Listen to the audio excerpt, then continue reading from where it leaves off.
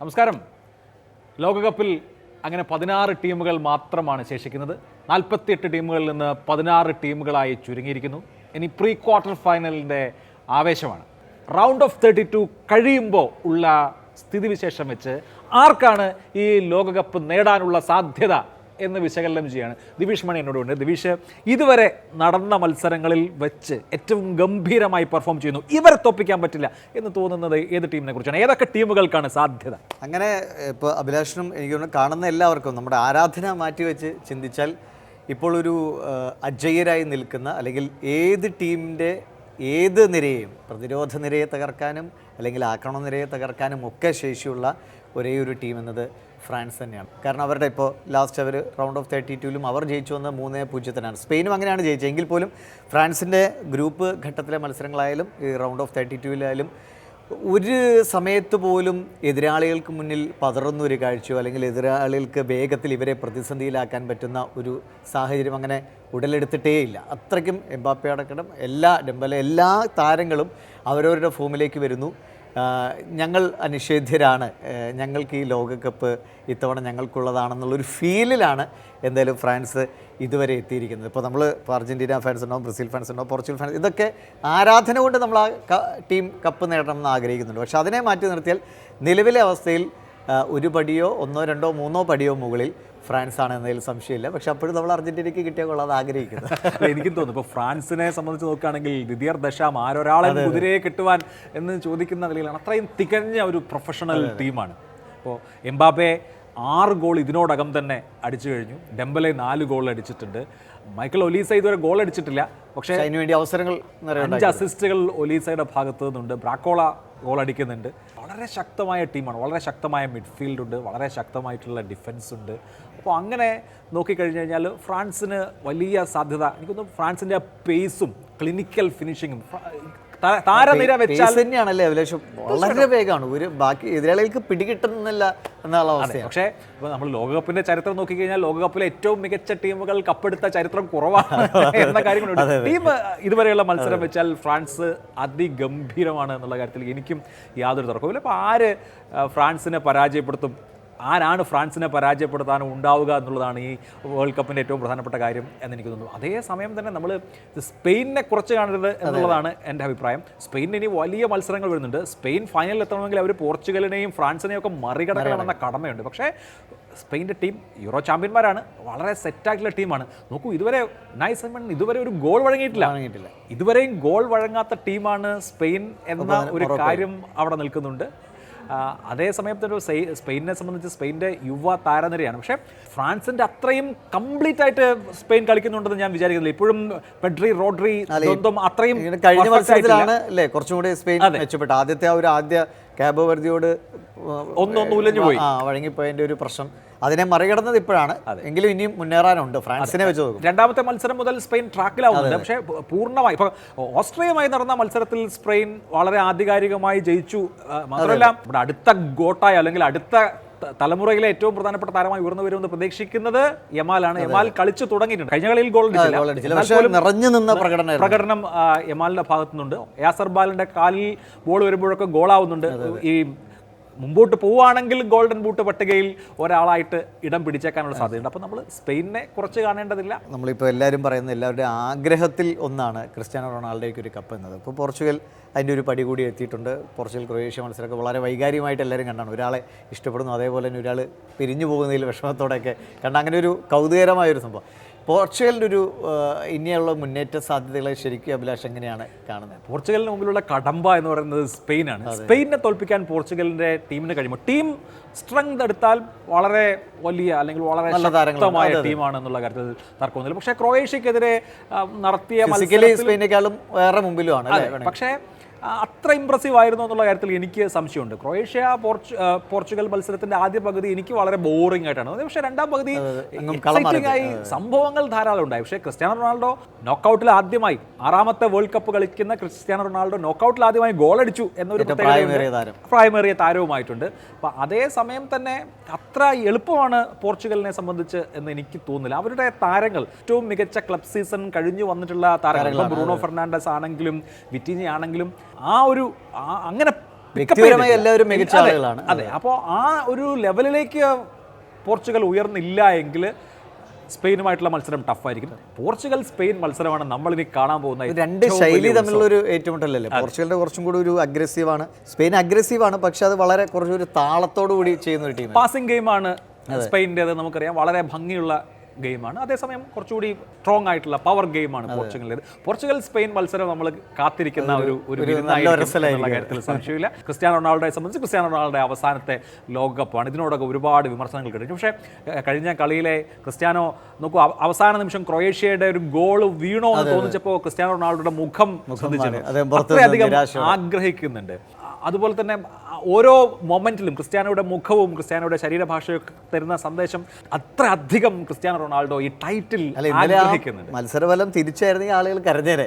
Ronaldo നിരാശനായി പോകേണ്ടി വന്നു കഴിഞ്ഞാൽ ഇപ്പോൾ ലൂക്കാ മോഡ്രിച്ചായിരുന്നു ജയിച്ചിരുന്നെങ്കിൽ നേരെ തിരിച്ചൊരു വൈകാരികമായ അനുഭവം ഉണ്ടായേനെ ആളുകൾ. തീർച്ചയായിട്ടും പോർച്ചുഗലിനെ സംബന്ധിച്ച് ഭാഗ്യം എന്നതുകൂടി ജോട്ടയുടെ മരണത്തിന്റെ 1ാം വാർഷികത്തിന് അതെ ഭാഗ്യത്തിന്റെ അകമ്പടി കൂടി ഉണ്ടായിരുന്നു. വളരെ നമുക്കറിയാം, സാങ്കേതിക വിദ്യ ഇല്ലാത്ത അല്ലെങ്കിൽ ഈ കാലത്തായിരുന്നു സെൻസർ ഉള്ള ബോൾ അല്ലെങ്കിൽ ഒരിക്കലും ഓഫ് സൈഡ് പല മത്സരങ്ങളും എന്ന കാര്യം കൂടിയുണ്ട്. എന്തായാലും ഇപ്പോൾ നമുക്ക് പ്രധാനപ്പെട്ട കളിക്കാരുടെ എക്സിറ്റ് കണ്ട ലോകകപ്പാണ് ലൂക്കാ മോഡ്രിച്ചിൻ്റെ കാര്യത്തിൽ. ലൂക്കാ മോഡ്രിച്ചിനെ ലോകം സ്നേഹിക്കുന്ന കളിക്കാരനാണ്. ലൂക്കാ മോഡ്രിച്ച് പോകുന്നു.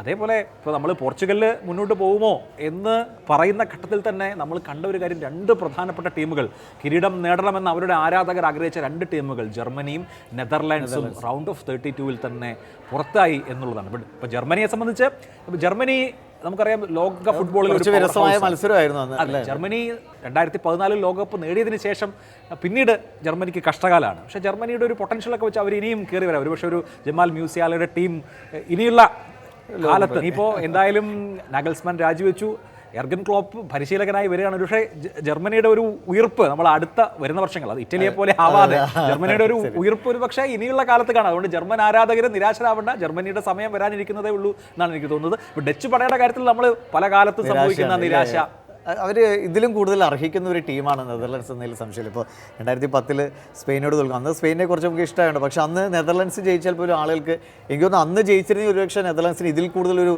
Fan following ഉണ്ടായേനെ. പക്ഷേ ഇത്തവണയും ഒരു നിർഭാഗ്യത്തിൻ്റെ ഒരു ഘടകം കൂടി ഉണ്ട് അവരുടെ അല്ലേ പിൻവാങ്ങലിന്. അതെ, അതേസമയം നമ്മൾ നെതർലാൻഡ്സ് മൊറോക്കോ മത്സരം എടുത്തു കഴിഞ്ഞാൽ കടുത്ത മത്സരമായിരുന്നു. മൊറോക്കോ ചാമ്പ്യൻ ടീമിനെ പോലെ പെർഫോം ചെയ്തു എന്ന ഘടകം കൂടി അവിടെ ഉണ്ട്. എനിക്കൊന്ന് ആ കളിയുടെ നാടകീയത എന്ന് പറയുന്നത് വളരെ പ്രധാനപ്പെട്ടായിരുന്നു. ഇപ്പോൾ മൊറോക്കോ ജയിക്കും എന്ന ഒരു മൊമെന്റിൽ അഷ്റഫ് ഹക്കിമി പെനാൽറ്റി മിസ്സാക്കുന്നതൊക്കെ കണ്ടിട്ട് നമ്മൾ ഞെട്ടിത്തെറിച്ച് സംഭവിക്കും.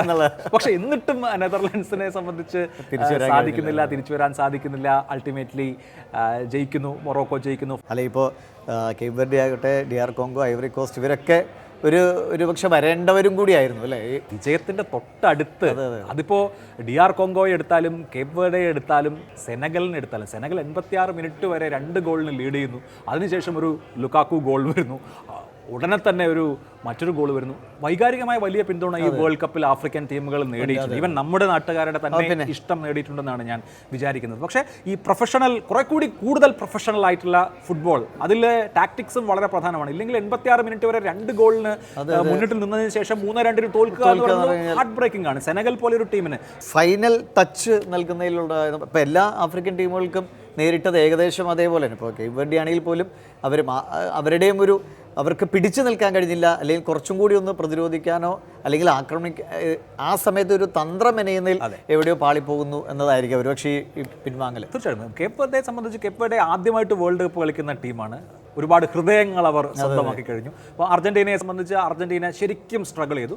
സ്വാഭാവികമായിട്ടും അർജന്റീന ഒരു റീസ്ട്രക്ചറിങ്ങിനെ കുറിച്ച് തന്നെ ആലോചിക്കേണ്ട ഒരു ഘട്ടം ആയിരുന്നു. അർജന്റീനയെ സംബന്ധിച്ച് അവരുടെ ഫോർവേഡുകൾക്ക് തിളങ്ങാൻ കഴിയാത്തത് എന്തുകൊണ്ട് അൽവാരസ് ഗോൾ അടിക്കുന്നു, മെസ്സി തന്നെ എന്ന് പറഞ്ഞ ഒരു ടീമിന് പോകാൻ കഴിയില്ല, പുതു താരങ്ങൾ വരണ്ടേ. തീർച്ചയായിട്ടും അവർക്ക് ചില പൊസിഷനുകളിൽ പ്രശ്നമുണ്ട്. ഫുൾ ബാക്കുകൾ ഫോമിലാവുന്നില്ല. മൊളീന ലാസ്റ്റ് മത്സരത്തിൽ പരാജയമായിരുന്നു. അതേപോലെ തന്നെ മെസ്സിയിൽ മാത്രം കേന്ദ്രീകരിക്കുന്ന അവസ്ഥ. ഇങ്ങനെയൊക്കെ അർജന്റീനയെ സംബന്ധിച്ച് അർജന്റീനയ്ക്ക് ധാരാളം പോരായ്മകൾ തിരുത്താനുണ്ടെന്ന് സൂചിപ്പിക്കുന്ന മത്സരമായിരുന്നു. എനിക്ക് വളരെ വൈകാരികമായി തോന്നിയ ഒരു പരാജയം DR കോങ്കോയുടെ പരാജയമാണ്. ആ മത്സരത്തിൽ ഹാരി കെയ്ന്റെ എണ്ണം പറഞ്ഞ ഗോളുകൾ ഉണ്ടായിരുന്നു എന്നുള്ളത് വസ്തുതയാണെങ്കിൽ പോലും DR കോങ്കോ 70 മിനിറ്റ് വരെ ലീഡ് ചെയ്തിട്ടുണ്ട്. DR കോങ്കോ 52 വർഷത്തിന് ശേഷം വേൾഡ് കപ്പ് കളിക്കാൻ വരികയാണ്. അതിൽ നിമിഷം ഞാൻ ആലോചിക്കുന്നത് 2009 തിരുവനന്തപുരത്ത് IFFK നടക്കുമ്പോൾ അന്ന് റൗൾ പെക്കിൻ്റെ ഒരു റെട്രോസ്പെക്റ്റീവ് ഉണ്ടായിരുന്നു.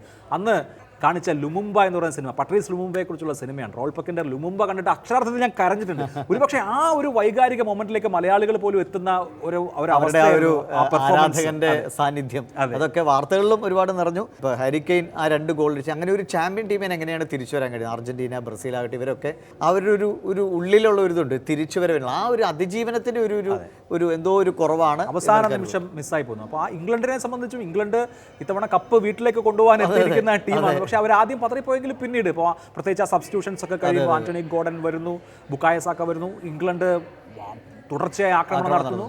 അർഹിച്ച വിജയം തന്നെയാണ്. നമുക്ക് ആ വിജയത്തെ ഏതെങ്കിലും കുറച്ചാൻ പറ്റില്ല. പക്ഷേ ആ വിജയം വൈകാരികത പറയുമ്പോഴും മത്സരം നന്നായി അവസാന നിമിഷം വരെ ആര് കളിച്ചാൽ അവർ ജയിക്കുന്നു എന്നുള്ളതാണ് തീർച്ചയായിട്ടും. ഈ ഘട്ടത്തിൽ ഇനി ബ്രസീലിൻ്റെ ഒരു സാധ്യത, ഇപ്പോൾ വിനീഷ്യസ് ജൂനിയർ, നെയ്മർ എന്തായാലും കളിക്കും എന്ന് ഏറെക്കുറെ ഉറപ്പായിരിക്കുന്നു. നെയ്മർക്ക് അദ്ദേഹത്തിൻ്റെ ഒരു പ്രതിഭയ്ക്കൊത്ത് ഉയരാൻ കഴിയുന്ന ഒരു സാഹചര്യം ഒരുങ്ങി കിട്ടും.